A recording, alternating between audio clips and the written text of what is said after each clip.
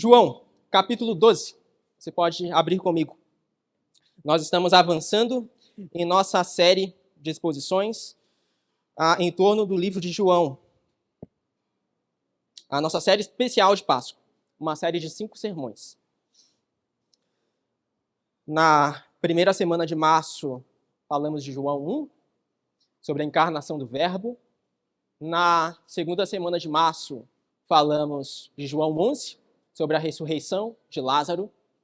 E hoje, pois bem, chegamos em João 12, versículo 12, a entrada triunfal de Jesus. Nós faremos a leitura de João 12, versículo 12 ao 18, apenas. Diz assim a palavra de Deus.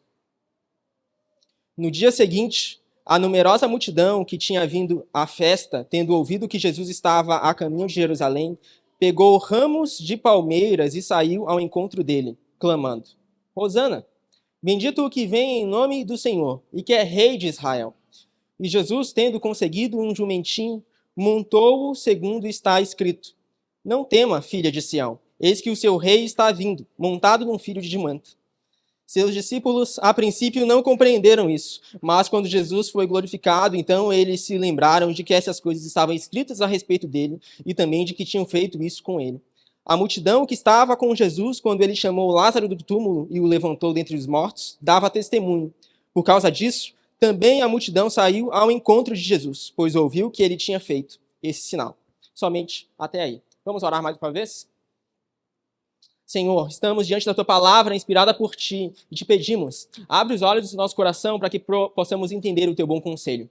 Que nada embargue aqui a proclamação fiel da Sua palavra, Senhor. Que somente o que o Senhor pretende comunicar ao Seu povo seja comunicado e o Seu nome seja exaltado. No nome do Senhor Jesus. Amém e amém.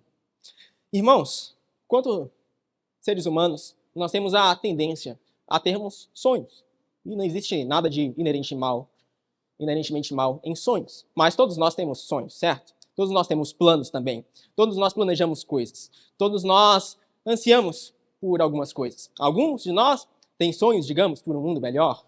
Alguns de nós desejam um mundo mais próspero, onde não haja mais dor e mais paz. Um mundo onde não haja mais corrupção e onde os governos não sejam mais tomados por tanta imoralidade, tantas coisas que desagradam a Deus. Um mundo onde não haja mais pessoas morrendo. Um mundo onde não haja sofrimento. Às vezes, nós temos também sonhos pessoais. Nós podemos desejar fazer uma grande viagem, almejar chegar num grande posto, almejar chegarmos em algum lugar elevado. Todos nós podemos ter muitos sonhos. Conta-se a história de um homem que tinha um sonho de chegar à Lua. Esse homem tinha esse sonho desde criança. Era um sonho infantil, começou lá, quando ele tinha 4 ou 5 anos e estava entrando na escola. Ele tinha um sonho de um dia virar um grande astronauta e um dia pisar na Lua. Então, quando ele ficava triste, quando ele ficava angustiado, quando ele tinha momentos de dor, ele pensava assim: Senhor, um dia eu posso, quem sabe, virar um astronauta e pisar na Lua. E naquele dia, quando eu pisar na Lua, toda a minha esperança será cumprida. Então eu serei liberto de mim mesmo. Toda a esperança será cumprida. E por mais que haja choro agora, eu posso continuar trabalhando para que, quem sabe, um dia eu possa virar um grande astronauta e chegar na Lua. Veja, a criança cresceu, entrou na escola, se formou e, de fato, se tornou um astronauta.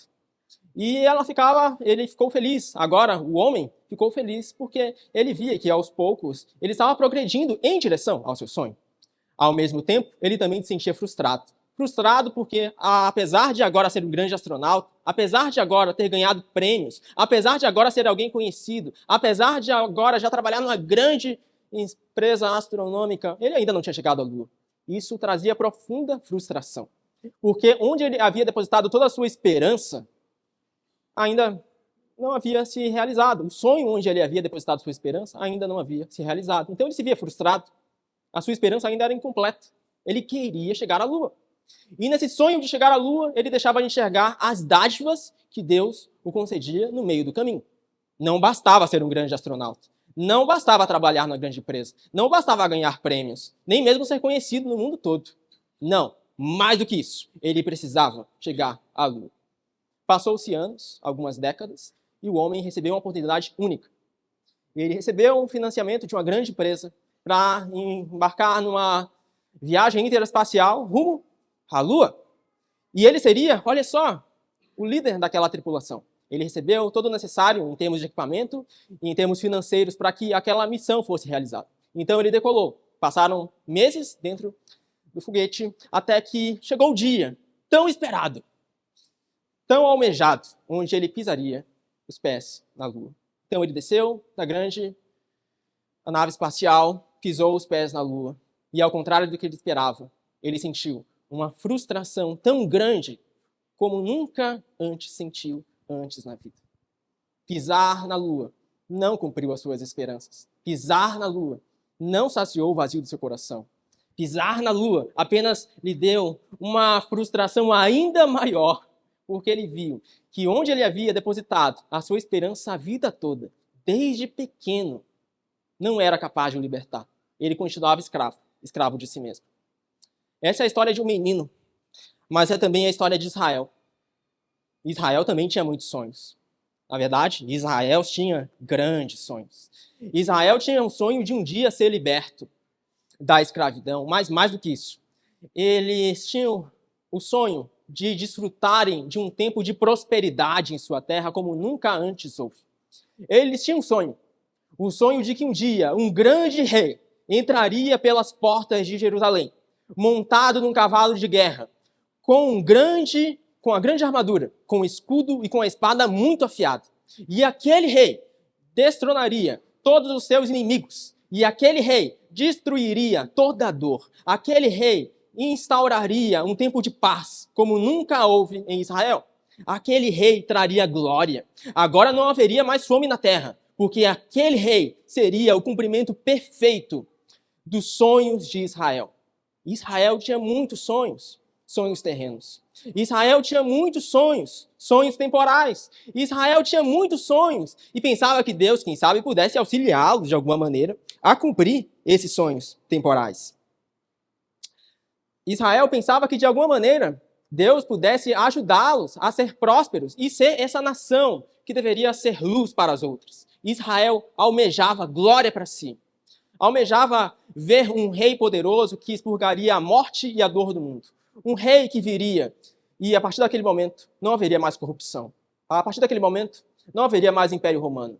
Israel esperava um rei que viesse no poder de Moisés. No poder de alguém que, sendo instrumento de Deus, que é instrumento de Deus para abrir o mar e destruir todos os seus inimigos. E Israel esperava um rei que viesse no poder dos grandes governantes de Israel pós-exílio. Um rei que reconstruísse as muralhas de Jerusalém e o templo e que desse um tempo de prosperidade a Israel. Ou um rei como os Macabeus, há alguns 400 anos atrás, quando haviam vingado o povo dos seus inimigos. Israel esperava um rei assim. E o que dizer então quando eles escutam falar de um homem que é capaz de multiplicar pães e peixes para uma multidão inteira? Não uma multidão de 100 pessoas, não é isso. Uma multidão de mais de 5.000 pessoas. O que dizer quando Israel ouve falar de um homem que tem poder assim para multiplicar pães e peixes para uma multidão enorme, gigantesca, que você não consegue nem contar? É claro que esse homem é o governante escolhido. É claro que sim. Ele é o rei de Israel. Ele pode expurgar a morte do mundo, pode acabar com a dor do mundo, pode dar paz, ele pode tirar a fome de todos. Se ele é capaz de multiplicar para 5.000 pessoas, o que será que ele não é capaz de fazer pelo povo inteiro de Israel? Certamente esse é o homem esperado. Agora esse homem poderia certamente assumir o trono, destruir o Império Romano e assumir de uma vez por todas o governo de Israel para sempre. Então, o que dizer quando o povo ficou sabendo que aquele homem, além de multiplicar pães e peixes, além de curar paralíticos, além de dar visão aos cegos, agora ele havia ressuscitado alguém dentre os mortos, como nós vimos no último domingo. Ele ressuscitou Lázaro dentre os mortos. E assim, não foi uma meia dúzia de gatos pingados que viram aquilo. Muitos judeus, até incrédulos, viram aquilo e zombavam de que Jesus não podia ser capaz de ressuscitá-lo dentre os mortos. E Jesus ressuscitou. Judeus viram aquilo, incrédulos viram aquilo. E agora não se parava mais de falar sobre aquilo. Porque todo o povo estava tumultuado. Todo o povo tinha certeza, esse é o Messias, esse é o escolhido, ele vai derrubar o Império Romano, ele vai trazer tempos de paz, ele vai expurgar a morte, a dor e a fome também. Ele é poderoso para isso, é claro que sim. Então, estava na época da Páscoa, certo? Quando Jesus ressuscita Lázaro, haviam poucos dias para a comemoração de Páscoa. E os grandes governantes judeus, que compunham a grande, ou melhor, pequena parte da população, começaram a conspirar, porque aquele homem estava começando a motivar grandes multidões a se ajuntarem e conhecerem, almejarem conhecer quem ele era. Então, fariseus, saduceus e outros começam a conspirar contra Jesus. Eles começam a pensar assim: se Jesus vier à Páscoa, nós vamos pegá-lo, capturá-lo e matá-lo. Não dá mais. Não dá mais para suportar alguém que agita assim as multidões. Uma hora vai acontecer algo mal. Então nós lemos em João 11, versículo 55, assim: estava próxima a Páscoa dos judeus, e muitos daquela região foram a Jerusalém antes da Páscoa para se purificar. Lá procuravam Jesus, estando eles no templo, diziam uns aos outros: o que vocês acham? Ele não virá à festa? Ora, os principais sacerdotes e os fariseus haviam ordenado que, se alguém soubesse onde ele estava, o denunciasse, para que pudessem prendê-lo. Irmãos, Jesus sabia disso. Os discípulos sabiam disso. Todo Israel sabia que os grandes líderes judeus estavam em busca de Jesus. E não para ter uma conversinha. Já passou o tempo de ter uma conversinha. Agora era o tempo de expurgar ele do mapa mesmo. Ele havia já ultrapassado todos os limites. O que dizer, então, quando Jesus decide entrar em Jerusalém na Páscoa? O que dizer quando Jesus resolve ir, contrário à expectativa das multidões que aclamavam ele, ir à Páscoa e entrar em Jerusalém? Óbvio que Jesus agora vai entrar para destruí-los todos. Óbvio que Jesus não vai despreparado. Óbvio que Jesus vai em cima do cavalo de guerra, claro que sim. Ele vai vingar o povo. Então as multidões começam a vir, começam a se juntar de todos os cantos de Israel. E nós lemos as palavras iniciais da nossa passagem inicial, João 12, versículo 12. No dia seguinte, a numerosa multidão que tinha vindo à festa, tendo ouvido que Jesus estava a caminho de Jerusalém, pegou ramos de palmeira e saiu ao encontro dele, clamando: Hosana, bendito que vem em nome do Senhor e que é rei de Israel. As multidões estavam tão animadas, mas tão animadas, que elas foram até preparadas. Elas levaram ramos de palmeira, que simbolizava, naquele momento, a aprovação da parte da multidão a Jesus. Significava que que a multidão estava aprovando aquilo que ele estava fazendo. Eles não eram pessoas revoltosas que queriam destruí-lo, não. Eles estavam apoiando. Então eles levam ramos de palmeiras como símbolo de a sua aprovação e eles clamam: Hosana, que literalmente é: salve-nos agora, liberte-nos agora, ajude-nos agora, venha agora, imediatamente, não depois, nesse momento. Eles clamam a Jesus: Senhor, nos liberte. Nós sabemos que o Senhor é poderoso para fazer isso. Salve-nos agora. Livre-nos do jugo do Império Romano nesse momento. Liberte-nos agora. E eles clamam: bendito que vem o nome do Senhor. É claro que ele é bendito. Ele é poderoso para fazer todas essas coisas. Ele é o rei de Israel. Vejam as expectativas que a multidão tinha. Eles tinham muitos sonhos.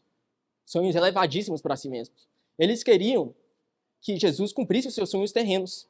Eles queriam que Jesus ele tomasse o reino agora e destruísse todo o Império Romano. Eles queriam glória para si, queriam ser conhecidos. Eles queriam um nome elevado, queriam não mais ser oprimidos. Eles não mais aguentavam olhar para as ruas de Israel e ver coletorias de impostos. Aquilo era assustador. Primeiro porque coletorias de impostos lembravam que eles eram escravos e que eles precisavam pagar a outro povo. Segundo, porque coletorias de impostos abusavam do povo, cobrando mais impostos que o necessário. Então eles pensavam: meu Deus, faça alguma coisa, salve-nos agora, livre-nos dos romanos. Livra-nos também dos centuriões que andam pelas ruas, representando o povo romano e oprimindo o povo de Israel, muitas vezes até humilhando o povo de Israel com suas zombarias. Livra-nos dos centuriões que andam pelas ruas também. O povo queria paz agora, prosperidade agora, salvação agora, imediata, já, nessa terra, nesse mundo. Algo palpável que se possa ver. O povo queria um cetro em suas mãos, queria uma coroa em sua cabeça e queria também um trono elevado onde se assentar. E a confissão de Israel, no versículo 13, é de fato recheada de verdades. Jesus, de fato, é poderoso para nos salvar agora, certo? Jesus é poderoso para nos libertar agora. Jesus é bendito, de fato. É o que vem em nome de Deus. Jesus é o rei de Israel. É verdade. Não existe mentira nisso. Mas a grande questão é que todas as motivações daquela confissão estavam erradas. A Israel queria que Jesus fosse um gênio da lâmpada. Essa é a verdade. Sabe um gênio da lâmpada? Então, um gênio da lâmpada, você pode esfregar a lâmpada e, quem sabe, o gênio pode aparecer e realizar alguns desejos que você tem. Mas, claro, se o gênio da lâmpada não quiser aparecer, você vai ficar revoltado com a lâmpada, não vai? Você vai querer jogar a lâmpada contra a parede, meu Deus. É para isso que serve um gênio da lâmpada, para realizar desejos. E Israel via em Jesus um gênio da lâmpada. Eles queriam esfregar a lâmpada mágica e esperar o gênio sair de lá. Então, o primeiro desejo é: livre-nos do Império Romano. O segundo é: dê-nos riquezas. O terceiro é: nos faça famosos. Todos os sonhos de Israel, todos os desejos de Israel eram terrenos. Todos os anseios mais profundos de Israel eram centrados nesse mundo, eram temporais. Eles tinham uma confissão que era externamente verdadeira, mas interiormente todos os seus desejos, um por um, estavam corrompidos. E por isso, pouco tempo depois, essa é a multidão que crucifica o Senhor Jesus. Porque quando o gênio da lâmpada não funciona, ou ele age de uma maneira que nós não entendemos, nós ficamos raivosos. Nós queremos jogá-lo contra a parede. Nós queremos que Deus seja grande o suficiente para realizar todos os nossos desejos, mas pequeno o suficiente para caber dentro da nossa estante, de modo que nós possamos ter acesso a qualquer momento. Nós queremos que Deus seja grande, a ponto de ser poderoso para realizar os nossos planos e as nossas vontades, mas pequeno, a ponto de ser limitado ao nosso poder de controle. Nós queremos controlar as coisas. Assim como Israel, nós temos planos também para nós mesmos. E uma consequência de nós termos sonhos terrenos é que nós andaremos profundamente ansiosos. Quando nós temos sonhos centrados nesse mundo, a ansiedade vai nos abater. E nós ficaremos frustrados quando os nossos sonhos parecerem não se cumprir. Nós ficaremos frustrados quando os nossos sonhos não estiverem sendo realizados. Nós vamos perder o sono. Essa é a verdade. Por quê? Porque o nosso sonho terreno ainda não foi cumprido. E se o nosso sonho terreno ainda não foi cumprido, eu não consigo mais dormir. Eu perco meu sono. Não consigo mais concentrar em nada. Perco toda a minha atenção. Porque o meu sonho é terreno. E eu quero algo agora, algo nessa vida. E vou andar profundamente ansioso. Vou andar profundamente temeroso com todas as coisas também. Essa é outra consequência. Medo. Vou andar com medo de todas as coisas ao meu redor. Vai que alguma coisa acontece e frustra meu plano. Vai que o meu plano de subir a um lugar elevado é frustrado hoje com algum evento que ocorre. Vai que hoje ocorre um acidente e meu plano é frustrado. Eu fico com medo. Nós temos medo. E ansiedade quando nós alimentamos sonhos terrenos. Porque nós queremos controlar as coisas.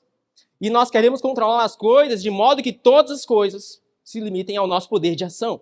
E quando as coisas começam a fugir do nosso poder de ação, nós ficamos nervosos, furiosos, com raiva. Não conseguimos mais fazer nada. Não conseguimos mais focar em nada. Porque ter sonhos carnais prejudica a nós mesmos. Quando nós somos centrados nesse mundo, quando nós vivemos em todos os nossos sonhos terrenos, em nossos planos terrenos, nós não conseguimos mais dormir. Nós alimentamos ansiedades, andamos preocupados pelo dia de amanhã e desconsideramos tudo o que Deus está fazendo no hoje. Porque uma consequência também de viver com os olhos nesses sonhos terrenos é a falta de contentamento. Deus vai aparecer poderosamente, se manifestar poderosamente em sua vida. Deus vai realizar grandes prodígios, te dar grandes dádivas, mas, pasmem, você não vai ver nenhuma delas. Porque os seus olhos estão no dia de amanhã. Quem sabe, no dia que possa você realizar seus sonhos. Então, tudo que Deus faz agora vai ser ignorado por você. Falta de contentamento também é uma consequência de alimentar sonhos terrenos, carnais e temporais. E era isso que caracterizava também o povo de Israel. Ansiedade por um rei que pudesse cumprir seus planos agora. Medo do que o Império Romano poderia fazer diante daquela dor e sofrimento. Falta de contentamento, porque eles não enxergavam o que Deus estava fazendo. Eles não conseguiam entender o que Jesus estava fazendo naquele momento. Eles tinham uma profissão de fé. Mas sequer a profissão de fé que eles tinham, eles conseguiam compreender também. E se tem alguém que tinha sonhos terrenos, esse alguém era João, o escritor desse evangelho aqui. João tinha muitos sonhos terrenos. É claro que ele tinha. Marcos 10, versículo 35, diz assim: Então se aproximaram dele Tiago e João, filhos de Zebedeu, dizendo: Mestre, queremos que o Senhor nos conceda o que vamos pedir. E Jesus lhes perguntou: O que querem que eu lhes faça? Eles responderam: Permite-nos que, na sua glória, nos assentemos um à sua direita e o outro à sua esquerda. Veja, eles almejavam glória também. Tiago e João, o escritor desse livro. E por isso marca tanto o apóstolo João. Porque João entende uma coisa muito interessante. João entende que Deus graciosamente está frustrando os planos de Israel. Como isso pode ser verdadeiro? Deus graciosamente frustrar? Deus graciosamente destruir sonhos? Deus graciosamente derrubar sonhos terrenos? Como? Por quê? Nós vemos que João, ele era alguém que via o manifestar da glória de Jesus. Ele era alguém extremamente próximo de Jesus, certo? Era conhecido, inclusive, como o discípulo amado. Ele via grandes coisas. Ele, inclusive, quando no Monte de Transfiguração, só ele, Pedro e Tiago estavam, outros discípulos não estavam. Ele viu coisas que outros discípulos não viram. No final do livro dele, do livro de João, ele escreve que Jesus fez tantas coisas que sequer no mundo haveria espaço para essas tantas coisas que poderiam ser escritas. Então João viu muito, mas ele não estava conseguindo enxergar, porque ele estava cego ainda por um desejo, pelos seus sonhos carnais. Ele estava almejando glória para si. Ele queria ver Jesus entrar em Jerusalém e chamá-lo à sua direita, para que ele recebesse glória, força, honra e poder. E quando João vê aquela entrada triunfal de Jesus, então ele pensa: é agora, Senhor. Claro que sim. Esse é o meu momento. O Senhor vai tomar o povo de Israel e eu me assentarei ou à tua esquerda ou à tua direita. Você pode escolher até. Tiago vai sentar de um lado e eu de outro. Esse era o momento. E eles então estavam em busca desses sonhos. Mas Deus, graciosamente, está frustrando os planos de João. Vamos ler o versículo 14 até o 16 de João 12 novamente? Porque parece que João admite que ele não estava entendendo nada nessa passagem. João 12, versículo 14. E Jesus, tendo conseguido um jumentinho, montou-o segundo está escrito: Não tema, filha de Sião, eis que o seu rei está vindo. Montado num filho de jumenta. Seus discípulos, a princípio, não compreenderam isso. Mas quando Jesus foi glorificado, então eles se lembraram de que essas coisas estavam escritas a respeito dele e também de que tinham feito isso com ele. Não era um cavalo de guerra? Se torna um jumentinho. Não era uma armadura com escudo e com espada? E agora ele vem com a roupa de alguém comum? Não era com a coroa que ele ia entrar nas portas de Jerusalém? E agora ele vem sem nada? Não era com planos que ele vinha tomar o governo de Israel? E agora ele parece olhar como quem não tem qualquer aspiração política? Que estranho, Senhor. Não estou entendendo muito bem o que o Senhor está fazendo. E assim Deus age frequentemente em nossas vidas. No momento, nós podemos não compreender. No momento, nós vemos apenas a frustração. No momento, nós ficamos escandalizados. Senhor, como tu pode agir dessa maneira? Poderia ser de outra forma, por favor. Mas não. Frequentemente, Deus, graciosamente, frustra os nossos sonhos. Porque Deus não tem uma visão limitada como nós temos. Deus enxerga o todo. E Ele sabe como conduzir para que nós tenhamos fé nele. Ele sabe como nos conduzir para que nós possamos confiar mais nele. Ele sabe como nos conduzir para que nós tenhamos uma fé sólida e alicerçada sobre a rocha, que é Jesus. Ele sabe as nossas falhas. Ele conhece os nossos ídolos. Ele conhece aquilo que nós adoramos mais do que a Ele. Ele sabe quando as nossas confissões não são verdadeiras. Ele conhece muito bem. E por isso, Ele permite com que os nossos sonhos sejam frustrados, para que nós possamos amadurecer. Ele permite com que nossos sonhos sejam frustrados, para que nós possamos ser mais parecidos com Ele mesmo. Ele permite com que nossos sonhos sejam frustrados, para que nós possamos ser mais parecidos com Jesus. Ele permite com que decepções venham, para que nós possamos ver que a esperança última não pode, não deve estar em sonhos terrenos que irão nos frustrar. mas que a esperança verdadeira só pode ser encontrada em Jesus. E Jesus, ele frequentemente está operando grandes coisas em nossas vidas. E nós, frequentemente, estamos com os olhos vendados por conta do nosso pecado e da nossa centralidade em nós mesmos, por conta da nossa visão limitada das coisas e por conta da nossa visão limitada de quem Jesus é. Jesus estava entrando em Jerusalém em cima de uma jumentinha. E aquilo cumpria uma profecia antiga de Israel. Aquilo cumpria uma profecia do profeta Zacarias, que aquele rei vindouro, o Messias prometido, ele viria montado num jumentinho. Mas ninguém lembrou disso naquele momento. Ninguém enxergou que Jesus estava cumprindo algo que fora dito e prometido há tempos passados. Ninguém enxergou que eles queriam o cumprimento dos seus sonhos agora. E eles não enxergaram também que Jesus estava assim estabelecendo o reino. Mas um reino não temporal. Um reino não passageiro. Mas um reino eterno que dura para sempre. Jesus estava vindo sim como rei. Ele é sim o rei. Mas, paradoxalmente, o rei, para estabelecer seu reino, ele caminha rumo à morte.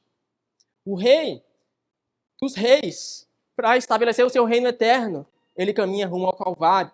O rei dos reis e senhor dos senhores, para trazer os céus à terra, ele está caminhando rumo à cruz. Os discípulos não conseguem conceber aquilo. Eles não esperavam um rei que fosse morrer. Quanto mais um rei que pudesse morrer numa cruz, que era o maior instrumento de tortura.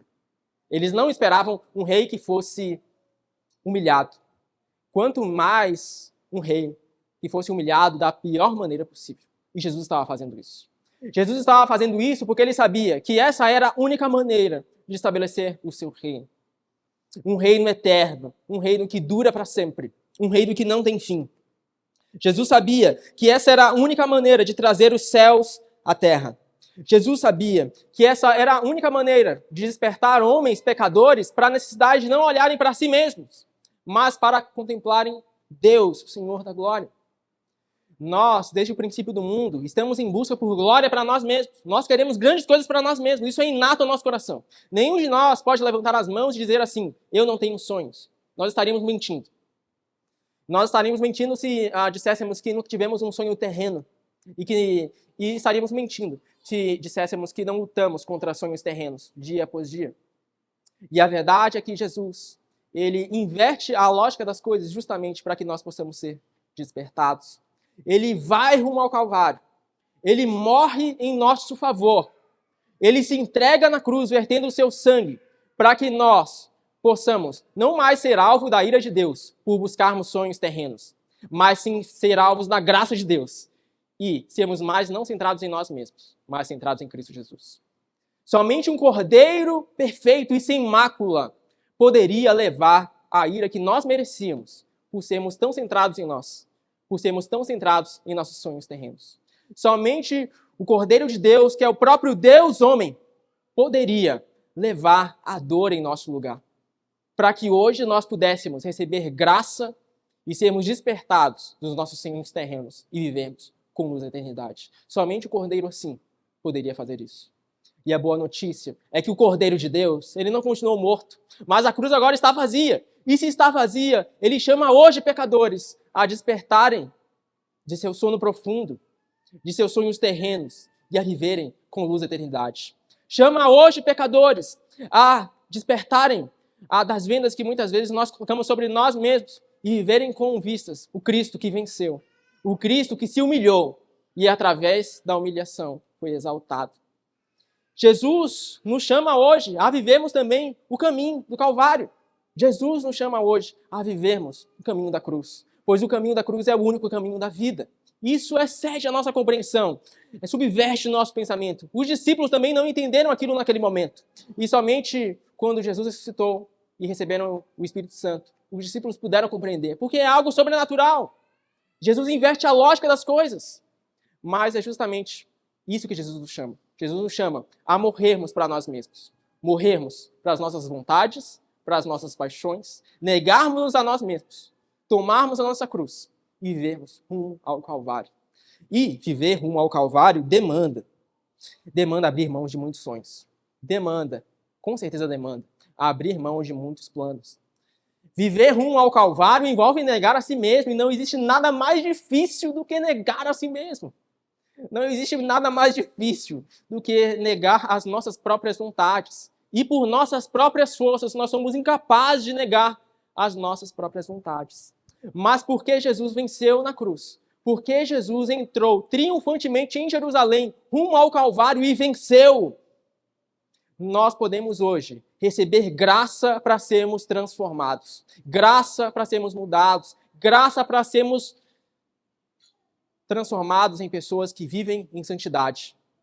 Graça para sermos modificados em pessoas que vivem de um modo puro, refletindo o Filho de Deus. Se hoje nós assentamos à mesa com Jesus, nós podemos receber graça para desfrutarmos da vontade de Deus, que é boa, perfeita e agradável. Irmãos, a entrada triunfal de Jesus foi de fato triunfal. Mas aquilo não foi entendido naquele momento. Porque aqui cabia reentender o que realmente é triunfo. Nós estamos acostumados a pensar que triunfo é conquistarmos glória nesse mundo.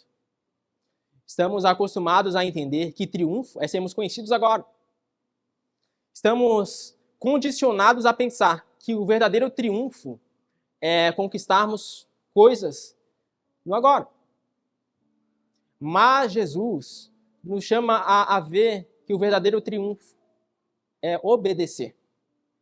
Isso não significa que você não vá conquistar coisas agora. Na verdade, Deus nos concede múltiplas dádivas. Deus nos concede múltiplas coisas e nós podemos servir a Deus de um modo excelente com as dádivas que Ele nos dá.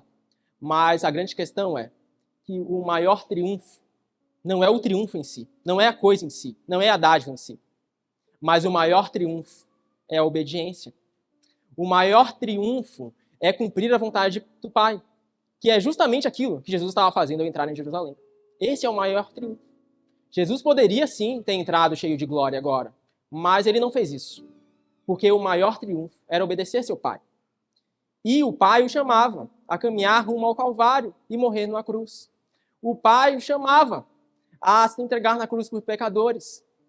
O Pai o chamava a se entregar por pessoas vis e miseráveis.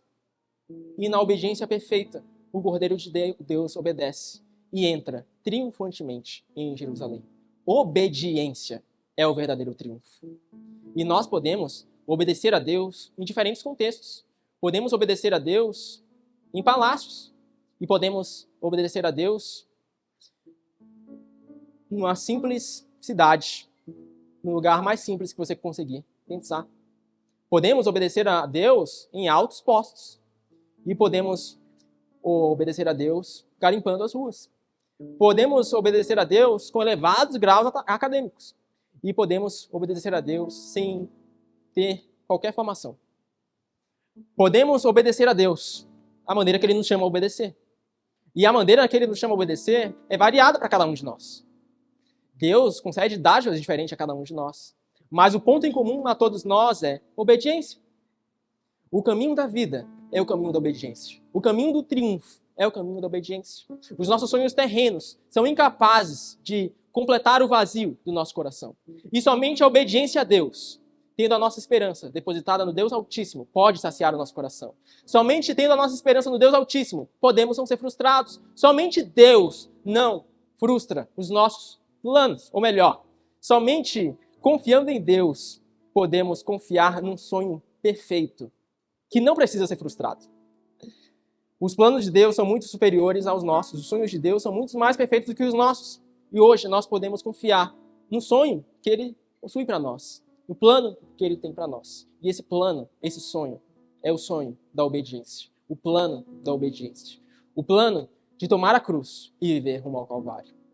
Bem, a cruz é variada para cada um de nós. Mas o ponto em comum e pacífico é obediência. O caminho da cruz é o caminho da obediência. Portanto, que possamos viver refletindo Cristo, que venceu, que está assentado hoje à destra, à direita de Deus, e voltará para julgar os vivos e os mortos. Em Mateus 6, versículo 19, para finalizar, nós lemos assim: Não acumulem tesouros sobre a terra, onde as traças e a ferrugem corroem, e onde ladrões escavam e roubam. Mas ajuntem tesouros no céu, onde as traças e a ferrugem não corroem, e onde ladrões não escavam nem roubam. Porque onde estiver o seu tesouro, aí também estará o seu coração.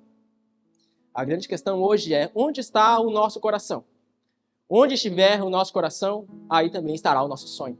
Onde estiver o nosso sonho, estará a nossa esperança. E existe apenas uma pessoa que pode saciar nosso coração, que pode nos dar uma esperança verdadeira. E essa pessoa não somos nós mesmos. Somente o Deus Altíssimo pode fazer isso por nós, por meio de Jesus, aplicando a sua obra pelo Espírito Santo. Possamos confiar e seguirmos hoje a estrada triunfal. E a estrada triunfal não é o caminho da glória, é o caminho da humilhação, que passa necessariamente pelo caminho da obediência. Amém? Vamos orar? Te convido a se colocar de pé para que possamos orar juntos.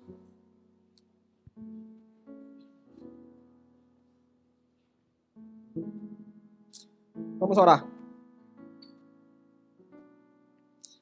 Senhor,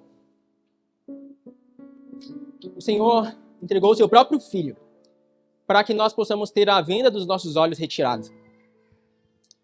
E somente porque Jesus morreu na cruz, nós podemos hoje receber graça. Somente porque Jesus ressuscitou, nós podemos ter hoje a esperança. A esperança de que podemos receber o Espírito Santo da promessa e vivermos mais, não centrados em nós mesmos e em nossos próprios sonhos, mas centrados no Senhor, centrados em Cristo Jesus. Que, portanto, possamos viver no caminho da obediência, buscando tão somente a glória do Senhor, ajuntando tesouros não nessa terra, almejando coisas não deste mundo, mas que possamos viver triunfantemente, almejando tão somente a glória do Senhor. Nos ajuda a ver que o caminho da glória necessariamente é o caminho da humilhação, que é o caminho da obediência, para que assim possamos ter a nossa esperança completa, só pode ser encontrada nos teus atos. Que possamos olhar para Jesus, o Cordeiro de Deus, e encontrar no Senhor a plenitude, pois somente no Senhor podemos ter o nosso coração saciado.